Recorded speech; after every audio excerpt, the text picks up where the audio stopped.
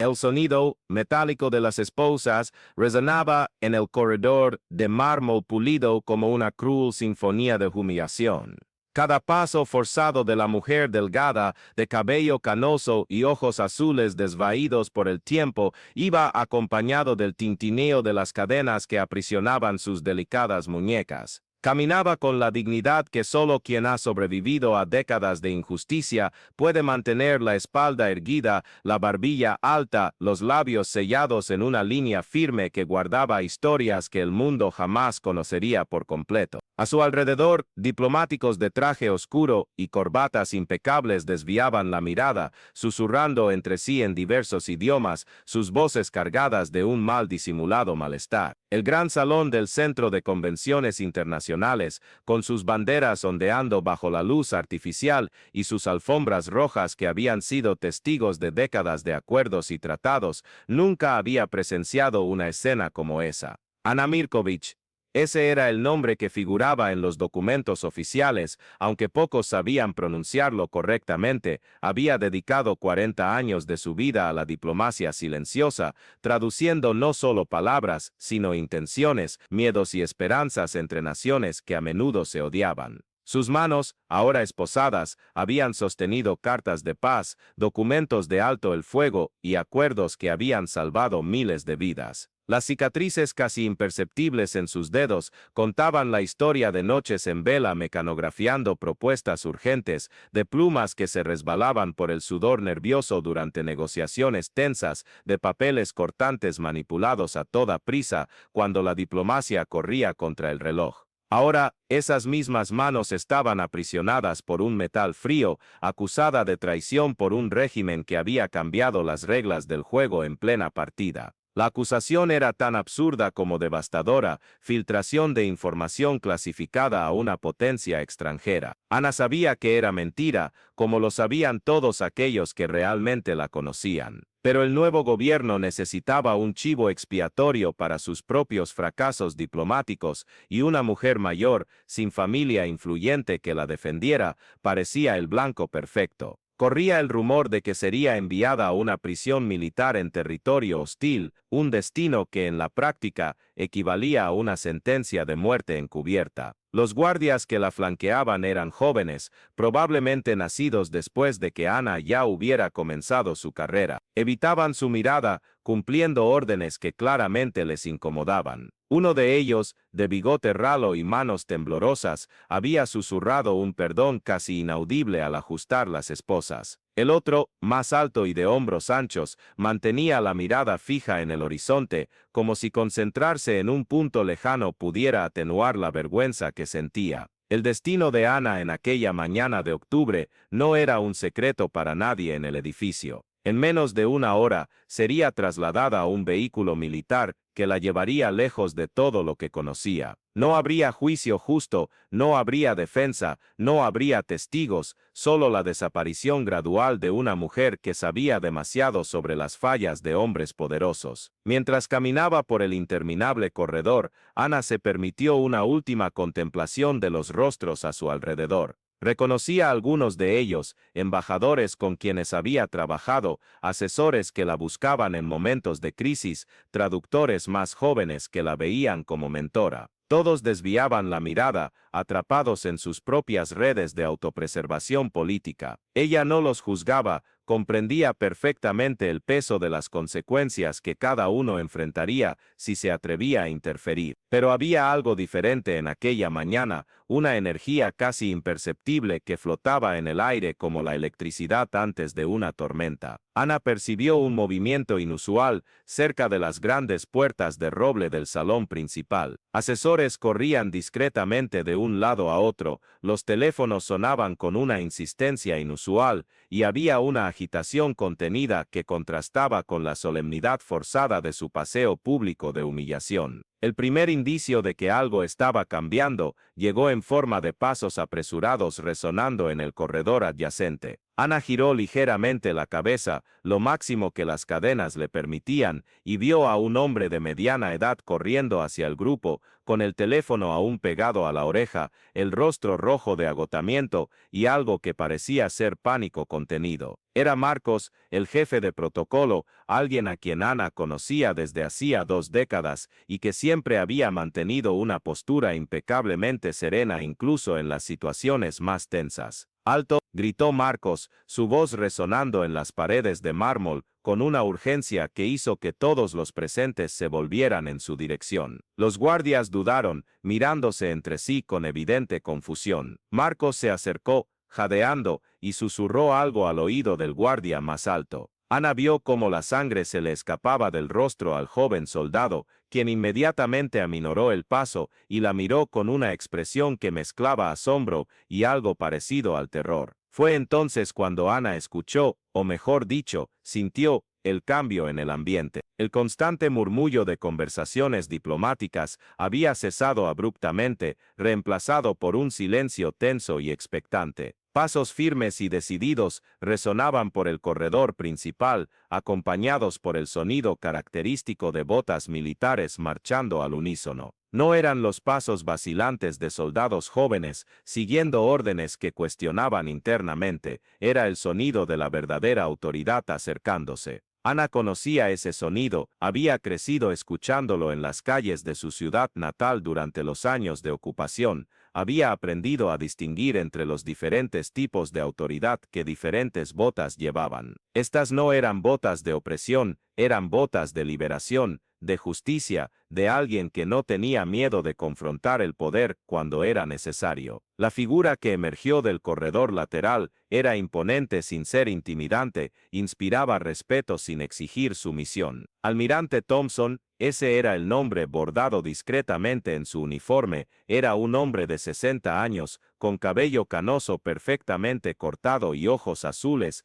que parecían capaces de ver a través de las mentiras más elaboradas. Sus condecoraciones no eran ostentosas, pero Ana reconoció varias de ellas, medallas que solo se otorgaban a quienes habían sacrificado mucho en nombre de la paz mundial. Capítulo 10, o que más impresionaba en Thompson, no era su patente ou sus conquistas militares, mas a aura de integridade moral que emanaba de su presencia. Era o tipo de homem que Ana había conocido poucos durante su carreira, alguém que via a diplomacia non como un jogo de poder, mas como uma responsabilidade sagrada para como a humanidade. Suas mãos, ligeiramente calejadas pelo trabalho militar, contaban historias de conflictos resolvidos a través de negociación ao invés de violencia, de pontes construídas, onde outros vían apenas abismos intransponíveis. Thompson paró a 3 metros de distancia de Ana, seus olhos percorrendo rapidamente a cena diante de la mulher digna en correntes, os guardas claramente desconfortáveis, os diplomatas que começaban a se aglomerar nas bordas do corredor, atraídos pela súbita mudanza na atmosfera. Por un momento que parece durar una eternidade, ele simplesmente observou, sua expresión revelando una mistura de indignación controlada e tristeza profunda. Querido leitor, se esta historia está tocando seu coração como está tocando o meu en cuanto a compartilho, eu gostaria de fazer un pedido especial. Inscreva-se en nosso canal e ative o sino de notificações, não apenas para receber mais narrativas como esta, mas porque acredito profundamente que historias de dignidade e coragem precisam ser amplificadas en un mundo que muitas vezes celebra o oposto. Cada inscrição é un voto pela humanidade, pela esperança, pela crença de que ainda existem pessoas dispostas a fazer a diferença. Ao se inscrever, você não apenas apoia nosso trabalho, mas se junta a uma comunidade de almas que ainda acreditam no poder transformador da compaixão. E o sino, bem, ele garante que você nunca perca uma história que pode inspirar não apenas você, mas alguém com quem você decide compartilhá-la. Porque historias como a de Ana merecen ser contadas y recontadas, até que o mundo se lembre de que a dignidade humana no es negociável. Remova más algemas, dice Thompson finalmente, sua voz carregando o peso de décadas de autoridade moral. Non foi un pedido, foi uma orden dada con a tranquilidade de quem sabe que será obedecido. Os guardas olharam nervosamente um para o outro, claramente divididos entre as ordens que habían recebido de seus superiores inmediatos e a autoridade inquestionável do homem diante deles. Senhor, começou o guarda mais alto, sua voz falhando ligeiramente, nossas ordens são específicas. Não podemos, suas ordens, interrompeu Thompson suavemente, foram revogadas há 15 minutos por uma autoridade superior a de quem as emitiu originalmente. Ele estendeu um documento oficial que Ana não conseguia ver claramente, mas que causou uma reação imediata nos soldados. A senhora Miró está sob proteção diplomática internacional. Qualquer ação contra ela constitui agora uma violação direta de tratados que seu próprio governo assinou. O silêncio que se seguiu foi ensurdecedor. Ana sentiu suas pernas tremerem ligeiramente, não de medo, mas do alívio súbito de quem havia se preparado mentalmente para a morte e subitamente se via devolvida a vida. Ela observou enquanto o guarda de bigode ralo abria as algemas com mãos que tremiam visivelmente, murmurando desculpas que ela sabia serem sinceras. Quando o metal frio finalmente se afastou de seus pulsos, Ana ergueu as mãos lentamente, observando as marcas vermelhas deixadas pelas algemas como se fossem símbolos de uma batalha vencida. Ela massageou suavemente os pulsos, um gesto tão simples e humano que quebrou o feitiço de tensão que havia dominado o corredor. Thompson aproximou-se mais um passo, seus olhos encontrando os de Ana pela primeira vez. O que ela viu ali não foi piedade, Ana havia aprendido a desprezar a piedade, mas reconhecimento. Era o olhar de alguém que compreendia o peso da injustiça sofrida e o valor da dignidade mantida sob pressão extrema.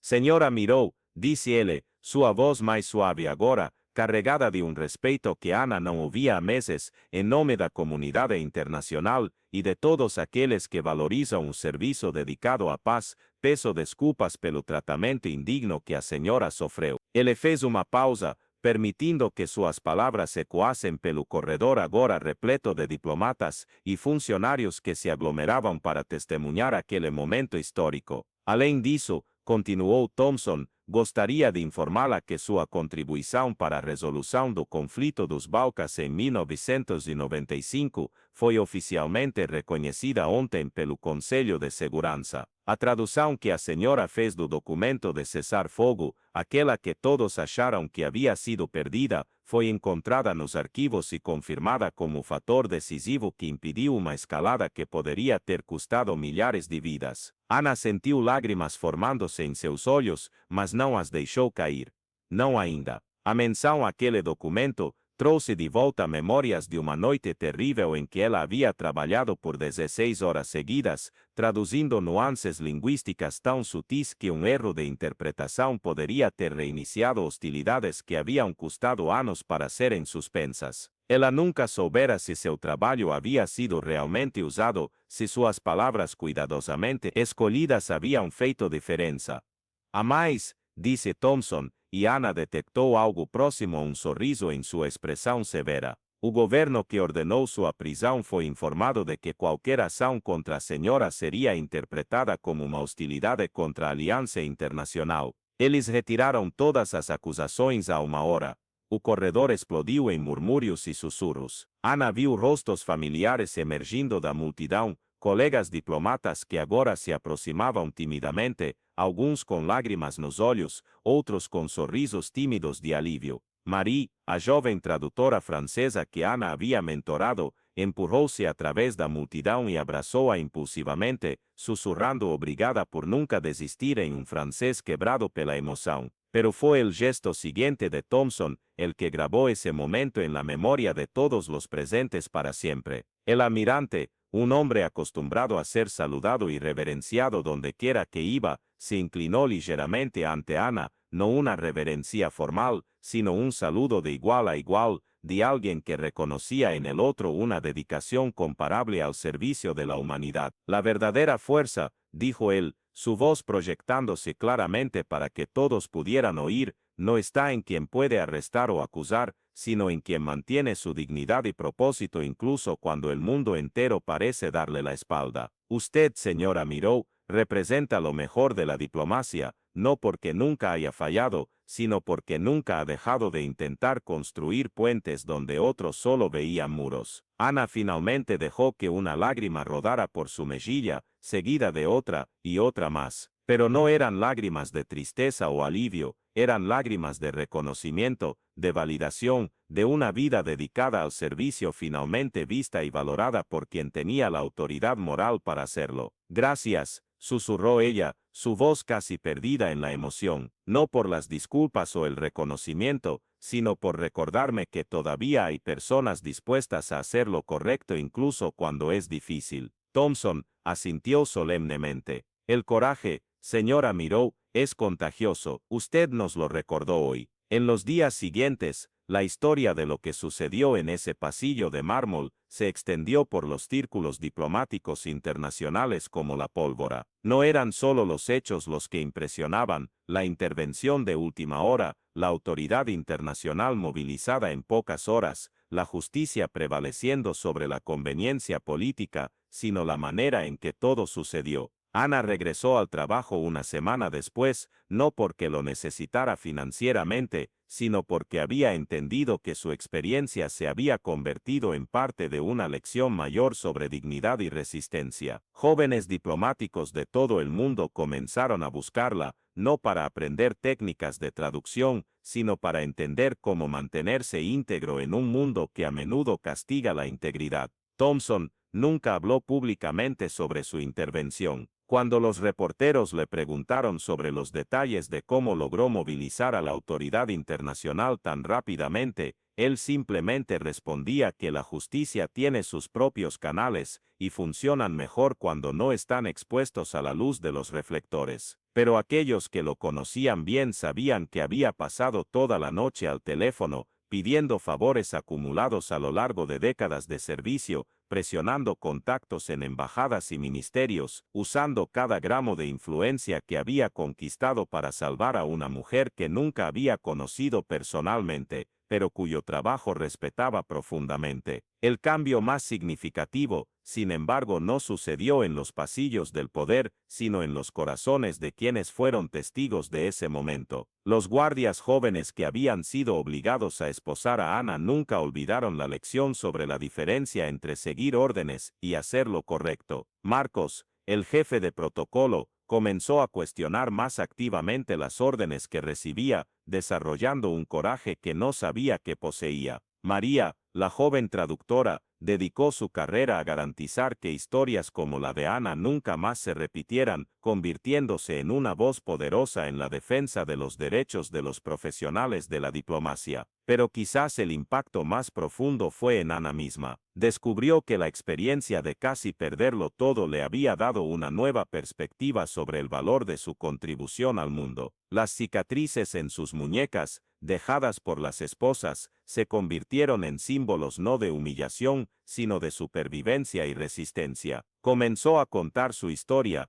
no como una víctima que sufrió una injusticia, sino como una profesional que se negó a ser silenciada por quienes temían la verdad. Meses después, en una conferencia internacional sobre derechos humanos, Ana fue invitada a hablar sobre su experiencia. Subió al escenario con la misma dignidad con la que había caminado por ese pasillo de mármol, pero ahora había algo diferente en su postura, una ligereza, una libertad que provenía de haber sobrevivido a lo peor que el poder arbitrario podía hacer y emergido aún más fuerte. Aprendí, dijo a una audiencia de cientos de diplomáticos, que la verdadera prisión no son las esposas en las muñecas, sino el miedo en nuestros corazones. Cuando dejamos de tener miedo de hacer lo correcto, descubrimos que tenemos más aliados de lo que imaginamos. Hay personas como el almirante Thompson en todas partes. Solo necesitamos tener el coraje suficiente para merecer su intervención. La audiencia se puso de pie, aplaudiendo no solo a Ana, sino a la idea de que la dignidad humana, una vez defendida valientemente, crea olas de inspiración que se extienden mucho más allá del momento inicial de injusticia. Thompson, que veía la presentación desde el fondo del auditorio, sonrió discretamente y se fue antes de que terminaran los aplausos. Tenía otro vuelo que tomar, otra crisis que resolver, otra persona que defender. Así era como operaba, aparecía cuando era necesario, hacía la diferencia y desaparecía sin buscar reconocimiento. Pero Ana lo vio salir. Sus ojos se encontraron por un breve momento a través de la multitud, y ella asintió. Un pequeño gesto de reconocimiento y gratitud que él le devolvió antes de desaparecer por la puerta. Años después, cuando jóvenes diplomatos le preguntaban a Ana sobre ese día, ella siempre terminaba la historia de la misma manera: el heroísmo no viene con fanfarria ni reflectores, viene en forma de personas que eligen marcar la diferencia cuando sería más fácil mirar hacia otro lado. El almirante Thompson no solo me salvó quitándome las esposas, me recordó que todavía hay suficiente bondad en el mundo como para valer la pena luchar por ella. La verdad es que ninguno de nosotros sabe cuándo será llamado a ser el Thompson de la historia de otra persona. Tal vez sea en el momento en que veamos a alguien siendo injustamente acusado en nuestro trabajo. Tal vez sea cuando presenciemos discriminación en el transporte público. Tal vez sean situaciones mucho menores, pero no menos importantes: un compañero siendo menospreciado, un vecino siendo aislado, un niño siendo intimidado. Lo que Ana y Thompson nos enseñan es que el valor moral es una decisión que tomamos momento a momento, no una cualidad con la que nacemos o no. Es la decisión de ver la humanidad en cada persona, de reconocer que nuestra propia dignidad está conectada a la dignidad de quienes nos rodean, de entender que el silencio ante la injusticia es una forma de complicidad. Las esposas fueron retiradas de las muñecas de Ana aquel día de octubre, pero la verdadera liberación llegó cuando se dio cuenta de que nunca había estado realmente prisionera. Su dignidad, su integridad, su compromiso con la verdad, nada de eso podía ser esposado o arrebatado por la fuerza. El poder arbitrario puede controlar cuerpos, puede manipular circunstancias, puede incluso destruir vidas, pero no puede tocar la parte más esencial de lo que somos. Y Thompson, él continuó siendo el guardián silencioso de la justicia que siempre fue, apareciendo en las vidas de las personas cuando menos lo esperaban, pero cuando más lo necesitaban, no como un salvador dramático, sino como un recordatorio amable de que el mundo aún tiene gente dispuesta a hacer lo correcto, incluso cuando, especialmente cuando, es difícil. La historia de Ana y Thompson no es extraordinaria porque eventos como estos sean raros. Es extraordinaria porque nos recuerda que los actos de valor moral ocurren todos los días,